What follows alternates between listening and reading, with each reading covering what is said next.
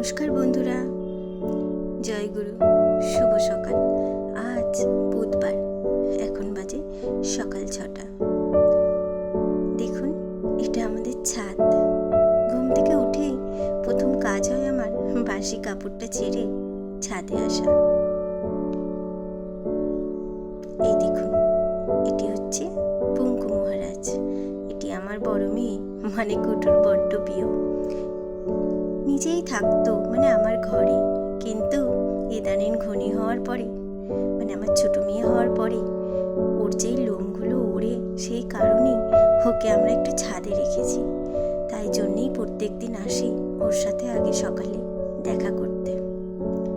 এই দেখুন, এবার আমি রান্না বসাবো, তার আগে ঠাকুর দর্শনটা করে আসবো। চলে এলাম ঠাকুর ঘরে। আগে ঠাকুর দর্শন করে, ঠাকুর প্রণাম করে তারপরে যাবো চা করতে। এই দেখুন, চা রেডি। এবার চা নিয়ে বসবো।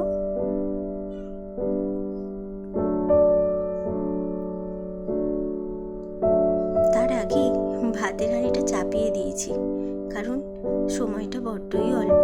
সকালটা অনেকটা তাড়াহুড়ো করতে হয়। দেখুন না, ভাতটা হঠাৎ দেখলাম একটু গলে গেছে, তাই একটা মায়ের ফর্মুলা ইউজ করলাম। মা বলেছিল, যখন দেখবি ভাতটা একটু নরম হবে, একটু গলে গলে যাবে, একটু সাদা তেল দিয়ে দিবি, দেখবি ভাতটা আবার ঝরঝরে থাকবে। এই দেখুন, আজকে একটু ফুলকপির তরকারি করব আর লাউ ভাজা করব।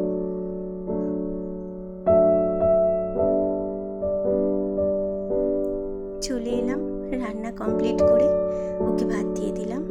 ও এবার বেরোবে।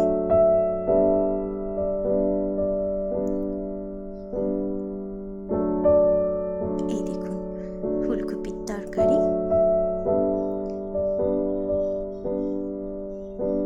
লাউ ভাজা। এবার চললাম বাজারে। বাজারটা আমাকে মাঝে মাঝে করতে হয়, কারণ ও তো বেরিয়ে যায়, তাই বাজার দোকানটাও আমাকে করতে হয়। তার আগে যাব অঙ্গনারী স্কুলে, ঘনির প্রাপ্য যে ভাতটা পাই ওটা আনতে। এই যে চলে এলাম আমাদের অঙ্গনারী স্কুলের কাছে।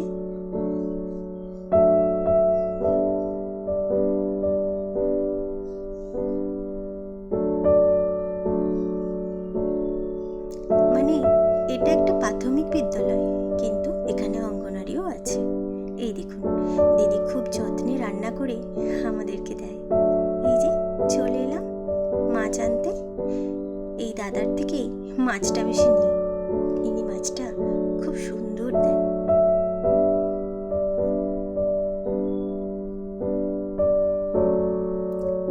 মাছ নেব, টুকটাক বাজার নেব, অনেকগুলোই কাজ আছে।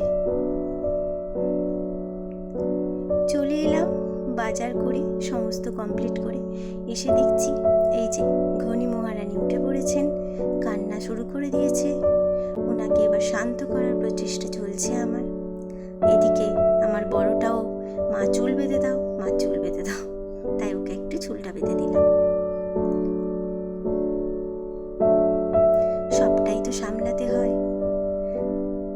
কারণ মা তো আমি, তাই না? দুজনের সমস্ত ভারই আমার কাঁধে। যতটা পারি সামলানোর চেষ্টা করি, হয়তো পুরোটা হয় না। এই দেখুন, কটু আমার বড়টা পড়তে বসেছে। আমি ভিডিও করছি বলে বলছি, এটাও ভিডিও করছো?